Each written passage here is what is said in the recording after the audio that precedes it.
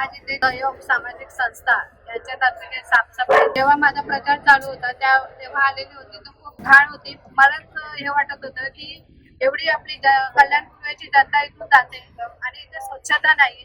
त्यामुळे मी याला पण सांगितलेलं की तुम्ही फोन करून जर आपला स्काय साफ करायला सांगा. तर त्याच्यानंतर एकदा स्वच्छ झालेलं त्याच्यानंतर परत आहे ती तशीच होती.